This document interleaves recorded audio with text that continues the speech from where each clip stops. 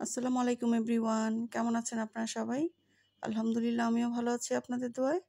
আজকে আমি আপনাদেরকে খুবই মজার একটা একদম সহজ উপায়ে চিকেন বিরিয়ানি রান্না করে দেখাবো। একদম আপনার হাতের কাছে থাকা যেই মশলা থাকবে এটা দিয়ে কিন্তু অনেক মজার চিকেন বিরিয়ানি রান্না করা যায়। আপনার বাসায় যদি হঠাৎ গেস্ট চলে আসে তাহলে কিন্তু এভাবে এই সহজ চিকেন বিরিয়ানিটা রান্না করতে পারবেন। খেতে কিন্তু একদম শাহি যেই চিকেন বিরিয়ানি, সেই বিরিয়ানির থেকে কম হবে না। চলুন তাহলে দেখে নিই পুরো ভিডিওটি। আমি যেন এখানে 2টা বড় সাইজের মোরগ নিয়ে নিয়েছি, সুন্দর করে পরিষ্কার করে ধুয়ে। এরপর চুলায় একটা প্যান বসিয়ে দিয়েছি, এর মধ্যে দিয়ে দিয়েছি রেগুলার সয়াবিন তেল। এরপর দিয়ে দিয়েছি পেঁয়াজ কুচি। আমি এখন পেঁয়াজটাকে বেরেস্তা করে নেব, একদম লাল লাল করে ভেজে নেব। আমি বিরিয়ানি রান্না করার জন্য যতটুকু তেল লাগবে আমি অতটুকু তেল একবারে দিয়ে দিয়েছি। আমি এখন এই পেঁয়াজটাকে ছেঁকে নেব, কারণ এ পর্যায়ে আমি যদি অল্প অল্প করে উঠাতে যাই তাহলে কিন্তু পুড়ে যাবে। পেঁয়াজ বেরেস্তা হলে যখন আমার লাল হয়ে যাবে তখন 30 সেকেন্ডের মধ্যে কিন্তু পেঁয়াজটাকে নামিয়ে ফেলতে হবে, তা না হলে কিন্তু পেঁয়াজটা পুড়ে যাবে। এই জন্য আমি খুবই সহজভাবে যেভাবে তেলটা ছেঁকে নিই, ছেঁকে পেঁয়াজটাকে যেভাবে আলাদা করে ফেলি, আর ওই তেলটা আবার দিয়ে দিয়েছি। এখন এই তেলের মধ্যে আমি চিকেনগুলোকে ভেজে নেব। আমার কাছে এইভাবে পেঁয়াজ বেরেস্তা বানালে সব থেকে সহজ মনে হয়। আপনারা ওইভাবে করবেন, অনেক সময় বাঁচবে। এখন আমি সবগুলো চিকেন দিয়ে দিয়েছি। এখন আমি একটু ভেজে নেব নেড়ে চেড়ে।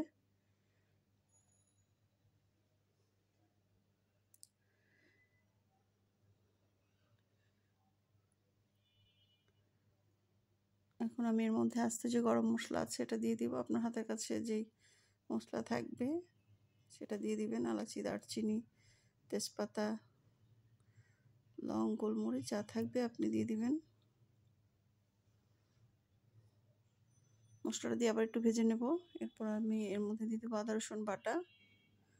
আমি একটা একটা করে মশলা অ্যাড করব, আর এই তেলের মধ্যেই কিন্তু ভাজতে থাকবো। এতে করে মশলাটাও ভাজা হয়ে যাবে আর চিকেনটাও ভাজা হয়ে যাবে। আপনারা চাইলে কিন্তু এই অবস্থায় চিকেনগুলোকে উঠিয়ে তারপরে মশলাটাকে আলাদা করে কষিয়ে আবার চিকেনটা দিতে পারেন, কিন্তু আমি এভাবে সময় বাঁচানোর জন্য চিকেনটা রেখেই আমি সব মশলাগুলো অ্যাড করছি। এখন মশলাটাকে কষানোর জন্য সামান্য একটু পানি দিয়ে দিয়েছি। এরপর দিয়ে দিব কাঁচামরিচ। ঝালটা আপনারা আপনাদের পছন্দ মতো দিয়ে দিবেন।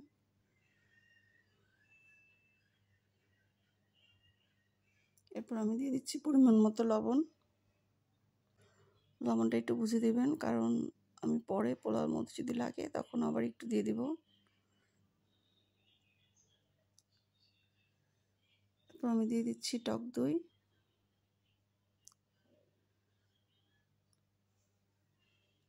এরপর খুব ভালো করে কষিয়ে নেব।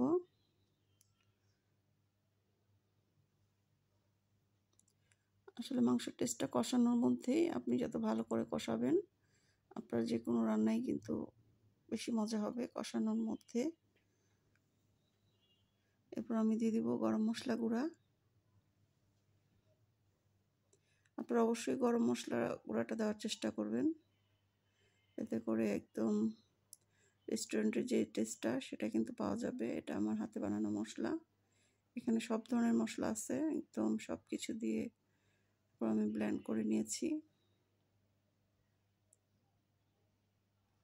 এরপর আমি এখানে দিয়ে দিয়েছি সামান্য পরিমাণ জয়ফল জয়ত্রী গুঁড়া। এরপর আমি এখানে দিয়ে দিব পেঁয়াজ বেরেস্তা। পেঁয়াজটাকে একটু ভালো করে মুছে একদম ভেঙে দিব। আমি এখান থেকে অর্ধেকটা দিব, বাকি অর্ধেক পরে ব্যবহার করব।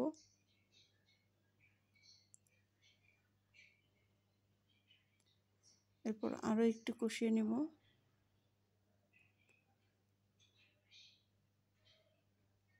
কষানো হয়ে গেলে এরপর আমি এখানে দিয়ে দেব লিকুইড দুধ 1 কাপ পরিমাণ।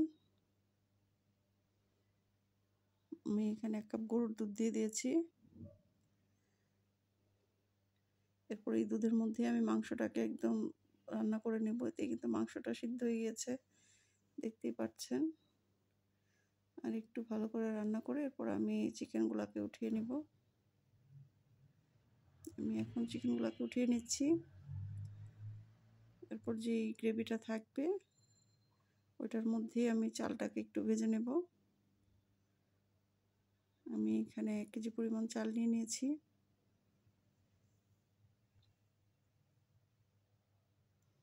চালটাকে আমি মশলার মধ্যেই ভেজে নেব। রান্নাটা কিন্তু অনেক সহজ। আমি কিন্তু একদম মেহমান আসার পরে অনেক চটজলদি বিরিয়ানিটা বানিয়ে ফেলেছি। কেউ ভীষণ খুশি হয়েছে, বলেছে অনেক মজা হয়েছে বিরিয়ানিটা। আর আমি অনেক তাড়াহুড়ো করে রান্না করছিলাম, অনেক দ্রুত, তারপরে অনেক মজা হয়েছে। আমার চালটা ভাজা হয়ে গিয়েছে। এখন আমি এর মধ্যে পরিমাণ মতো পানি দিয়ে দিব। আপনারা চাইলে এই পর্যায়ে একটু গুঁড়া দুধ দিয়ে দিতে পারেন। আমার হাতের কাছে ছিল না, এই জন্য আমি দিইনি। পরে একটু পরিমাণ মতো লবণ দিয়ে দিব।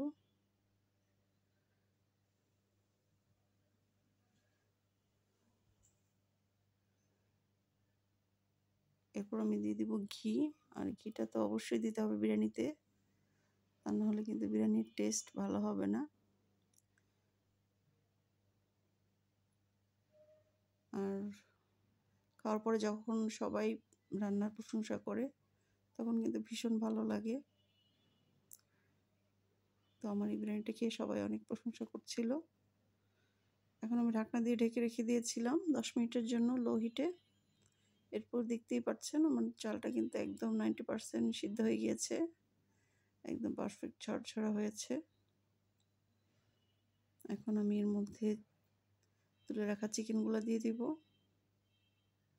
একদম সহজ না রান্নাটা, আর খেতেও কিন্তু ভীষণ মজা। আপনারা একদিন ট্রাই করবেন, ট্রাই না করলে কিন্তু বুঝতে পারবেন না। এখন খুব ভালো করে মিশিয়ে তারপর আমি ঢাকনা দিয়ে আরও 10 মিনিট রেখে দিলেই কিন্তু আমার বিরিয়ানিটা পারফেক্ট হয়ে যাবে। উপরে আপনারা চাইলে বাদাম, কিশমিশ, আলু বখরা এগুলো সব দিয়ে দিতে পারেন, এতে করে আরও টেস্ট ভালো হবে। আমি এখানে দিয়ে দিচ্ছি সামান্য পরিমাণ গোলাপ জল। কেওড়া জলটা আগে দিয়েছিলাম। এরপর উপরে পেঁয়াজ বেরেস্তা দিয়ে আমি ঢাকনা দিয়ে ঢেকে রেখে দেব আরও 10 মিনিটের মতো, একদম লো হিটে। এরপর ঢাকনা খুলে আপনাদেরকে দেখাচ্ছি একদম কত সুন্দর পারফেক্ট ঝরঝরে বিরিয়ানি হয়েছে। মানে একটার সঙ্গে একটা লাগবে না, খুবই সুন্দর হয়েছে, একদম পারফেক্ট ঝরঝরে। আপনারা অবশ্যই বাসায় একদিন এভাবে ট্রাই করবেন, দেখবেন আপনাদের বিরিয়ানিটা এরকম সুন্দর ঝরঝরে হবে আমার এই রেসিপিটা ফলো করলে। আর আপনারা চুলার নিচে অবশ্যই একটা তাওয়া দিয়ে নেবেন, তাওয়ার উপরে বসিয়ে তারপর কিন্তু চুলার হিটটা একদম লো হিটে দিয়ে দিবেন, তাহলে কিন্তু আমার সুন্দর ঝরঝরে পারফেক্ট বিরিয়ানি হবে। আর টেস্টের কথা কি বলবো, আপনারা একদিন ট্রাই করলে বুঝতে পারবেন। একদম রেস্টুরেন্টে যেরকম খান ওরকমই কিন্তু টেস্ট হয়েছে। তো এখন গরম গরম পরিবেশনের পালা। তো সবাই ভালো থাকবেন, অনেক বেশি সুস্থ থাকবেন। আর আমার ভিডিওটি যদি ভালো লাগে তাহলে অবশ্যই লাইক, কমেন্ট, শেয়ার করে দিবেন। আজকে এই পর্যন্তই। আল্লাহ হাফেজ।